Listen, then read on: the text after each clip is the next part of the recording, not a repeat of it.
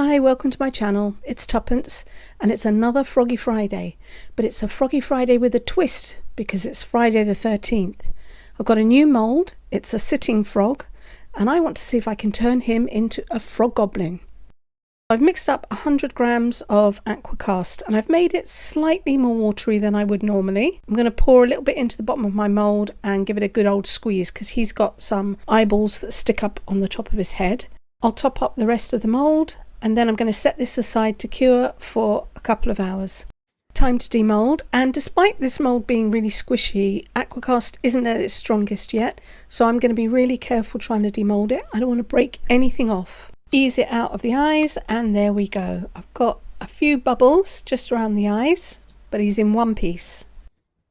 I've used air dry clay in the past to add pieces to Aquacast, but this time I'm going to try Super Sculpey. I'm using the Ultralight version and it is an oven bake clay.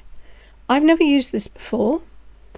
I understand that you need some kind of glue to stick it on with, so I've got this liquid Sculpey which I'm hoping is okay, and I'm going to do that for speed and try and change this little guy into a FroGoblin, or a FroGoblin as I'm calling him. I want to give him some horns, wings, ears and a tail. Now Aquacast can be heated, you can use it for candle pots and fire bowls, so I'm figuring it's going to be perfectly fine to go in the oven. It says that you need a temperature of 130 degrees. I'm hoping it will be fine. It'll only need to be in there for about half an hour, so we'll see. I've taken a piece of the clay out and I'm conditioning it, just squeezing it between my fingers to make it softer. It looks a little bit like the foam clay, although it feels a little bit harder. I've got some of the original Sculpey and I may well resort to that because I'm not sure I like the feel of this. I'm going to start by making some horns. I made a roll of clay and then I'm going to bend that in half and I want to put that between the eyes, so I need to make sure that it will fit between the eyes, and then I can curl it up over the top, creating some little horns. Just curl the edges up and they look like eyebrows or antenna, but they're going to be horns once I've painted them. So I need to attach that with a glue. I'm going to pop some of this into a little pot. Then I can use the silicone tool to apply it to the piece and some to the frog, and hopefully that'll be strong enough to hold it in place until it's ready to be baked. I'll pop it between the eyes and then try and blend it in using my silicone tool. I want it to look like it's actually growing out of the frog rather than just sitting on top of it, and hopefully it will make a stronger bond between the two pieces. I turned it around and did the same to the back, dipping my silicone tool into the liquid Sculpey and then blending that into the rest of the Aquacast. I'm painting some of the liquid clay onto the lips because I want to change the shape of them, and I'd like to give him a tongue that's sticking out. He's a bit of a cheeky FroGoblin, so I need to make the lips larger and then put the tongue inside. And because he is a cheeky FroGoblin, he's going to be poking his tongue out. I'm going to put the line down the middle and give it a little bit of a curl at the bottom. I'll add the top lip so that it covers the top of the tongue, and then I can blend that in exactly the same way. And I can go back in with the silicone tool and expand the mouth so that it looks like the tongue is poking out from between the lips. I think he's still looking a little bit too cute. Now I need to make some wings, so I'm going to roll out some of the clay and I'll attach the wings afterwards. I'm going to bake them separately and then I'll glue them onto the body afterwards. I'm going to cut a rough triangle, slightly rounding it at the top, with one side longer than the other. Now I can put some scallops along the bottom. I drew a rib down the middle and then I knew where to aim to the bottom of the scallop. I smoothed the edges off with my fingers and then I needed to define the ribs. I used the silicone tool to push down in the centre and smooth the clay to the sides, creating ridges and a rib down the middle. For the back of the wing, I just added some pieces to the top and blended those in. There is a left and a right wing, and I've tried not to make them too big because I've still got to fit the tail. I'm going to bake these flat. I'm not going to bother to curve around the body. I've decided he needs some ears, So I've got 2 pieces of clay roughly the same size, and I'm going to roll it into a teardrop shape, and then I'll pop that in the palm of my hand, and I'm going to use the silicone tool that looks like a brush and push that into the base of it, and this should give me the center of the ear. I'll just open that out a little bit near the bottom, and now I'll be able to squish this into shape in his ear. So it needs to just curve a little bit. I'll use my fingers to pinch that, and then that should fit in place. So again, I'm going to use the liquid clay to glue that in, and I'll make one for the other side too.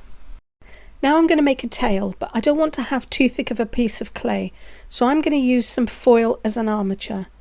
I'll form this into a cone, a rough cone. I'm just scrunching it together. You don't want it to be too tightly packed. So obviously it is thicker near the body part and it will get thinner towards the end. And now I'm going to cover that with a sheet of foil so that it kind of tries to smooth out the worst of the bumps. You do want a few bumps because that will help your clay to attach to it. I'll twist this so that I get a nice point towards the end. And that should do. So I'm going to curve it round slightly because I want it to be poking around just a little bit. And then I need to roll out another sheet of clay. I added some glue to the foil with my fingers. I want to make sure that this clay is able to stick to it. Then I wrapped that rolled out piece around. I tore pieces off and patched it and stuck it and made sure that the entire foil piece was covered. I folded the clay over on the end, and the part that was going to join the body I made sure had more clay than the rest of it. This allows me to squish the tail against the body. I added some more of the liquid clay onto the body using my fingers and then pushed that tail against it.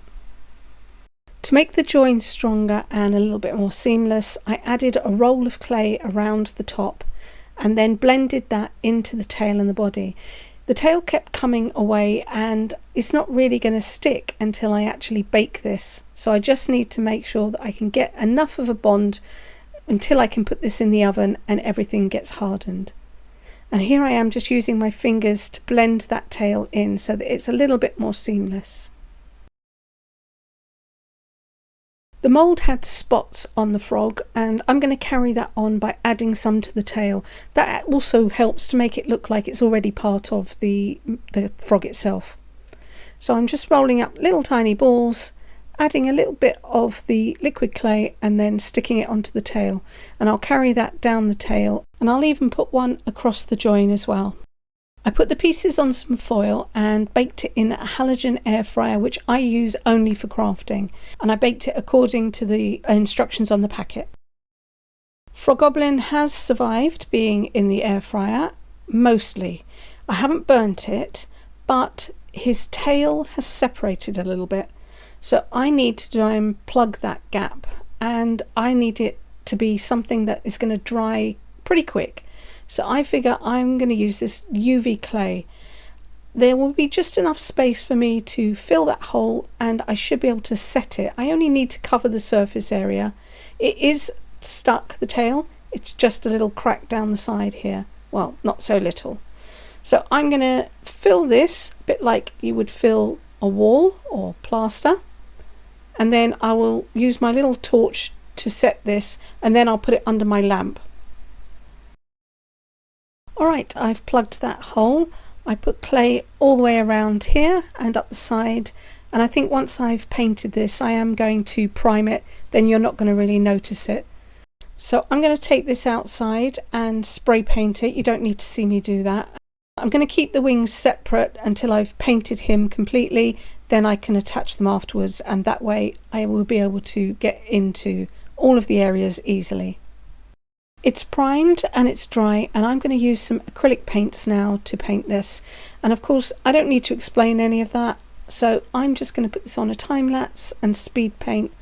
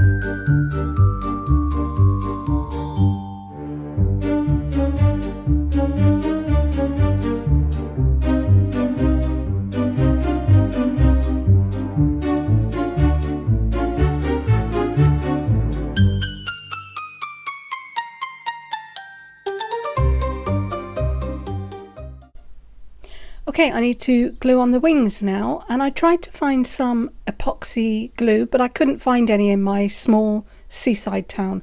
Quite frankly, unless you want a bucket and spade or an inflatable unicorn, you don't really find much here, and I don't have time to wait for it to come online. I did manage to find a little bit of super glue, so I'm hoping I can join that. It is connected at 3 points. It's on the back of the tail, top of the leg, and just by the head. So if I pop the glue on the wing at those points, I'm hoping that will be strong enough to hold it. So I'm going to put some on the bottom of the mid rib and on the bottom of the wing, and then I just need to find out where it is going to be on the back of the head. Okay, it is running down there a little bit, but I think that'll be fine. Now if I can just not glue my gloves to it, that will be helpful. So I'm going to hold this in place. I don't have any of the activator, so I'm just going to hold it in place for a while. I've got it glued.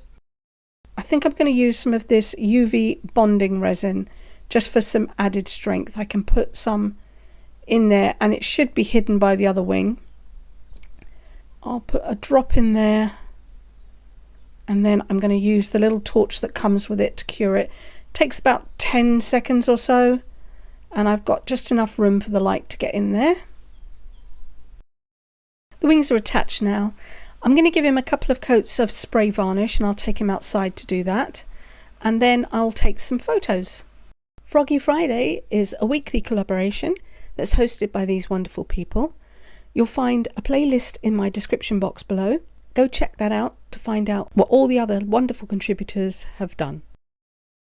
And here's my Friday the 13th FroGoblin. He turned out pretty cute, even though that wasn't quite what I was going for.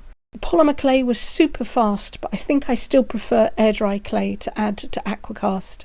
I hope you've liked this video. If you have, please give me a thumbs up, comment, share, and subscribe if you haven't. It's free and it'll help my channel. Thank you so much for watching. Come back and see what I make next time. Bye.